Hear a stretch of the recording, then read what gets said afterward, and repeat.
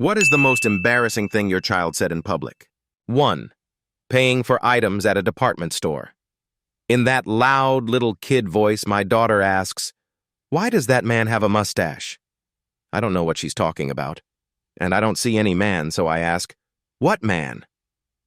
She points right at the woman who is ringing up our items, almost touching her, and says, "That man!"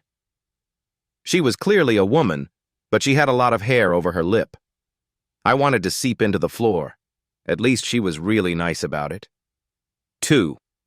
We were on the monorail in Disney World, and the Spanish version of the monorail warning came on over the speakers. My 2-year-old nephew looked at me and said, "They're speaking in cursive." I didn't realize a 2-year-old knew what cursive is. 3. Back when I worked at a public library, I told a little girl I liked her pretty dress.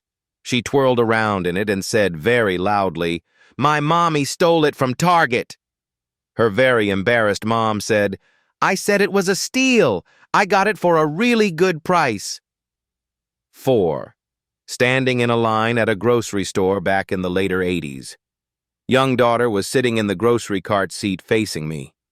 All of a sudden she blurts out and points behind me saying, "Daddy, look at the black woman."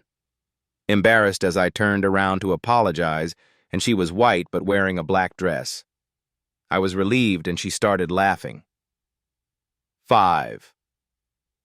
When I was a little girl, my mother said to me, "There's a man coming over to the house and he's very fat. Do not say anything to him." When the door opened, I said, "Hi, fatty." 6. When shopping for groceries, my daughter saw a very overweight woman with a shopping cart full of paper towels. She said, "Mom, is that what fat people use for toilet paper?" 7. When my son was about 3, we were at the grocery store.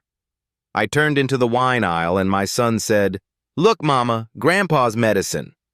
The lady in the aisle thought it was really funny.